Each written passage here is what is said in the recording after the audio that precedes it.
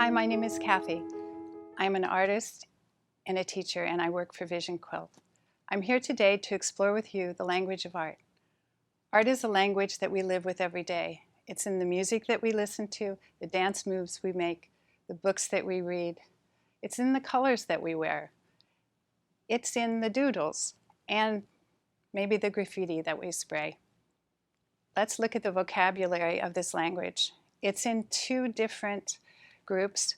The first is called the elements of art, and the second is called the principles of design. These are the elements of art. Let's see how we can use these. Line, shape, form, space, color, value, texture. This is how we use the elements of art. Line is a point moving in space. It can be a lazy line or an angry line. Form is when we take the 2 dimensions and turn them into 3 dimensions. Let's make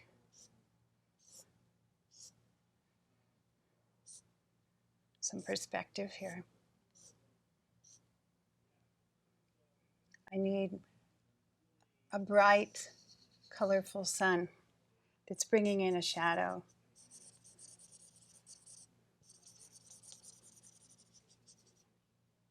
My space goes way out. I can create deep space by using perspective. Here's my little line up here. Here's my shape, my form, my value. Let's make this a very bumpy road.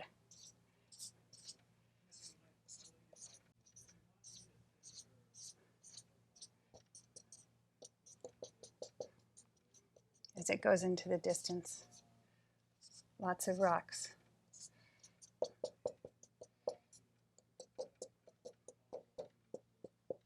That's my texture.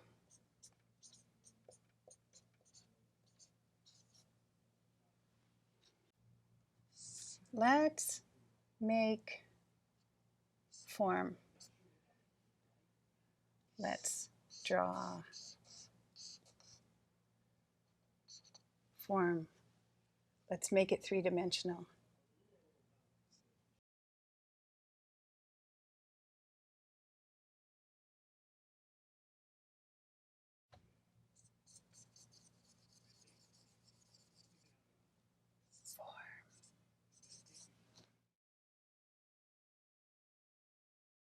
The principles are best learned by observing all of the effects that they create with the elements. We're going to look at 11 2-dimensional panels and prints that are created by students and adults. Appreciating and understanding this art makes us part of the dialogue. This is the first. This young activist exudes power. The space of this poster is filled with the portrait larger than life size. It rises from a red base, the strongest of colors. The lines of the hair seem to be alive, curling out and drawing us in. Her gaze is almost a dare. Looking over her shoulder, she says, "You know what to do."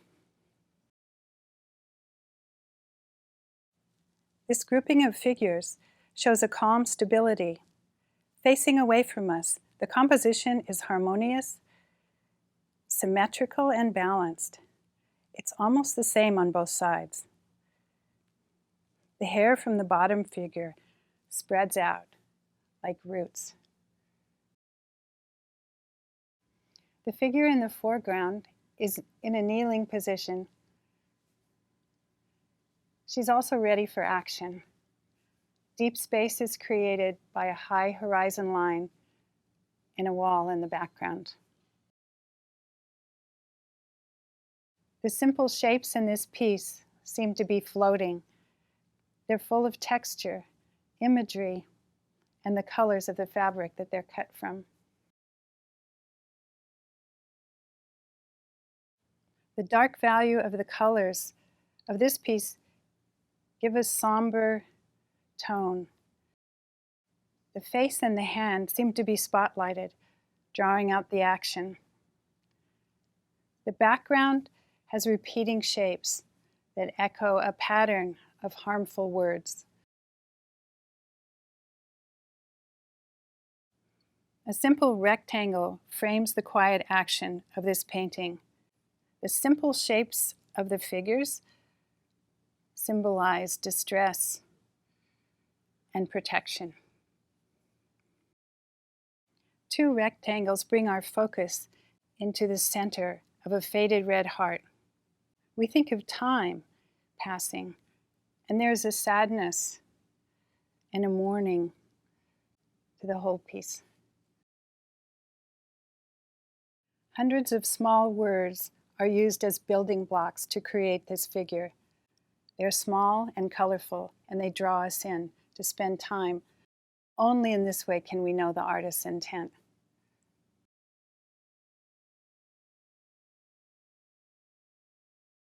A bright blue stripe highlights this memorial portrait.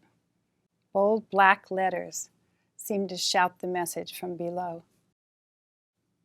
In this portrait, we see many repeating patterns. Those of the children's faces, the workers in the background, the yellow that permeates everything, gives a sense of warmth and hope. The converging lines that go into the horizon are the patterns of the tilled field.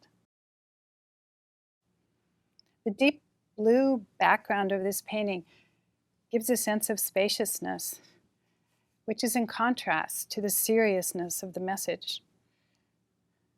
The doves are a symbol of freedom, and they bring a message of hope for our future. Today we learned about the elements and principles of art. These are your tools to make your own piece.